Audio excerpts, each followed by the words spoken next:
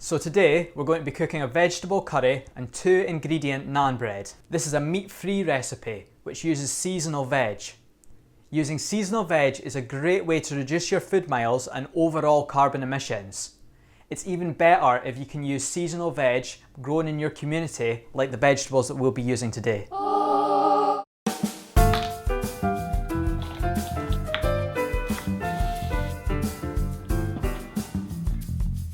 So the ingredients in this recipe are going to be red onion, carrots, courgettes, potato and kale, and we grow all of these in the Rosyth community garden. We'll also be using hot curry powder, chopped tomatoes, plain flour, oil and coconut yogurt.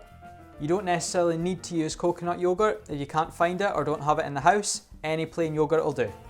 Remember to pop on the kettle so you can stick in your veg as soon as you've chopped it. So we're going to start by chopping and peeling the potato and carrot. We're going to take the ends off the carrot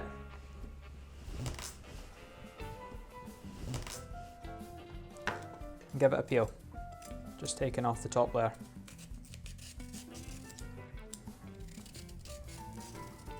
So we're just going to cut down the carrot in half, line them up against each other like so, and just chop fine pieces.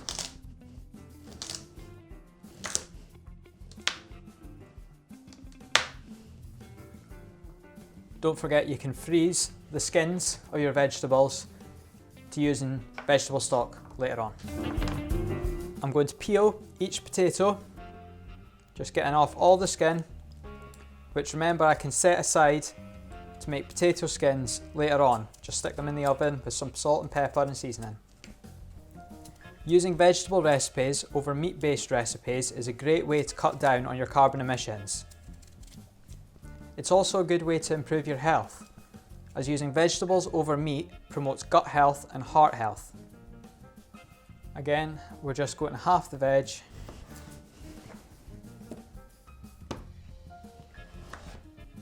and then just cut finely and chop off little squares. The smaller you chop your potato, the better, as it'll be quicker to cook, which uses less energy. Saves you time as well.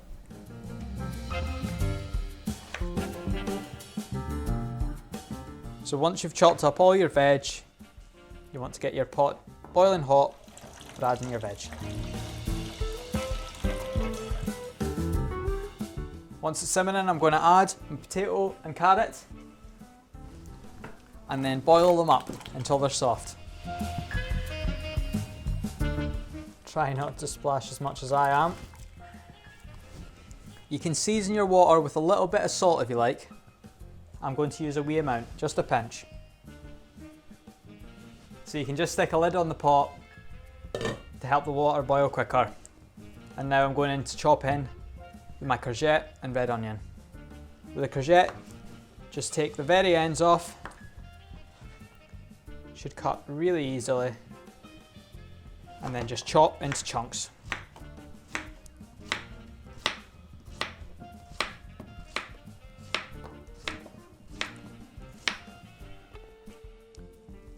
You can use the circles of courgette, or you can cut them in half like I'm away to. So we're just going to use the same technique as last time to chop the red onion. You're going to leave this end on, the hairy end, and take the top off, and then we're going to cut it in half and lay it flat on the chopping board. Make a cut in the middle of the onion towards the hairy end, but not the whole way through. Cut some fine lines along the onion, again not all the way to the hairy end. Then take your finger and use your knuckle as a guard and chop the red onion, and it will come out in square pieces. And then just do the same with the other half of the onion. So now that's all our veg prepped. We're going to move on to preparing the 2 ingredient naans, setting the veg to the side. We're going to need our coconut yogurt and our plain flour. Add some of the flour into a bowl, just with your hands. Make a small well from the flour and put a little bit of it over your hands so it doesn't stick to the mixture. Then take your yogurt, just add a dollop into the well.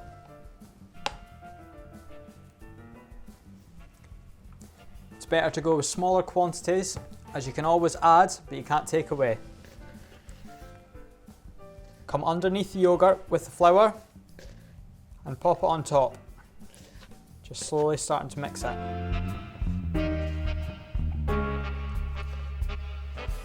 It'll be crumbly at the start and then turn really sticky. Just keep mixing it up and add more flour or yogurt if needs be. I think I'm going to need a wee bit more flour in here. Just keep adding flour until your dough becomes one.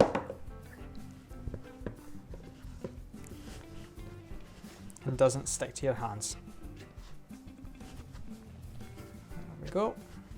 It's coming together now.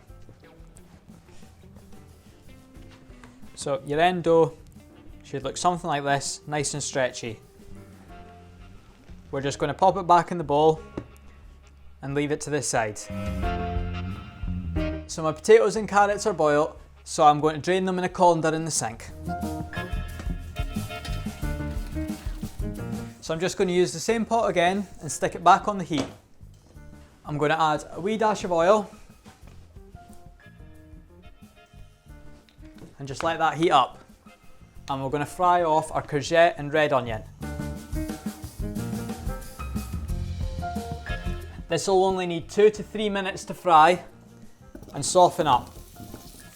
Remember to keep stirring it regularly so that it doesn't stick to the bottom of the pan.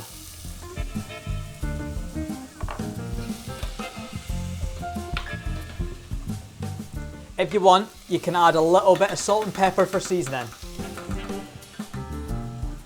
So I'm just going to use a teaspoon of hot curry powder. I like mine's quite hot, so I'm going to use a heat teaspoon, but you can add as much or as little curry powder as you like. Okay, we're going to give that a stir for about a minute, just to let the flavours really start to be absorbed by the vegetables. Remember that you can freeze this curry, and it's a great one for batch cooking. When you're using spices like we are, vegetables can be really versatile and a great alternative to meat. They don't need to be boring, and they can be packed with flavour.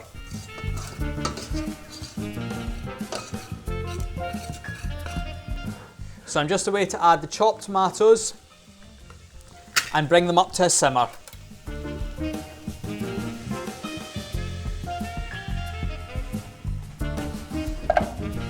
Once our tomatoes are simmering, we're going to add our kale, potatoes and carrots.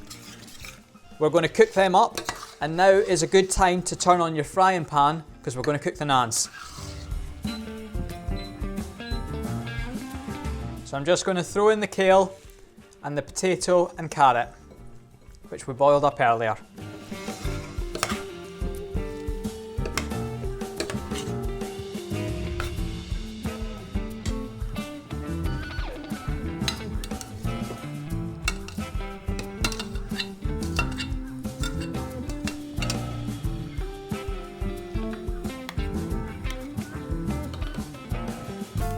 This will take a couple minutes to cook through, and once it's soft and your kale's cooked off, bring it down to a low heat so you can focus on cooking your naans.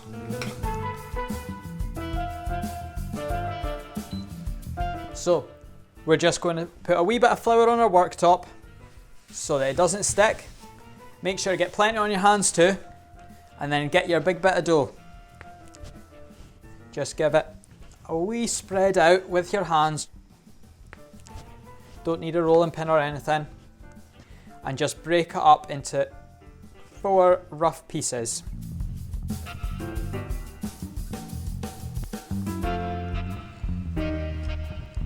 Just get them pretty flat and even with just your palms and knuckles. Not very thick. Only maybe half a centimetre thick. You can always sprinkle them with a wee bit more flour, just so they don't stick to your hands.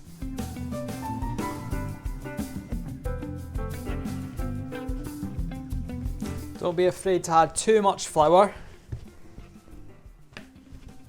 because flour means that it won't stick to the pan. We won't be using oil in the pan, so you really don't want your dough to stick. And there you have it, 4 naan breads ready to go in the pan. So we're just going to stick them straight in the pan without any oil. They won't make a sizzling sound, but trust me, they're cooking.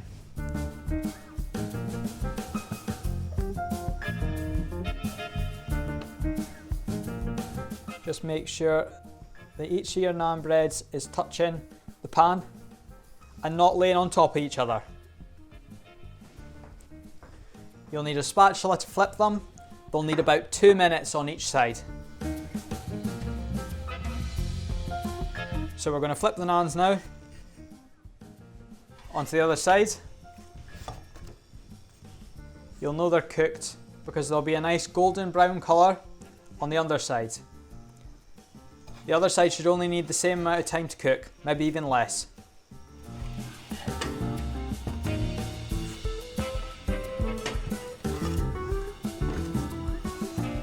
So your curry is nice and cooked through and your naans are nice and hard on each side.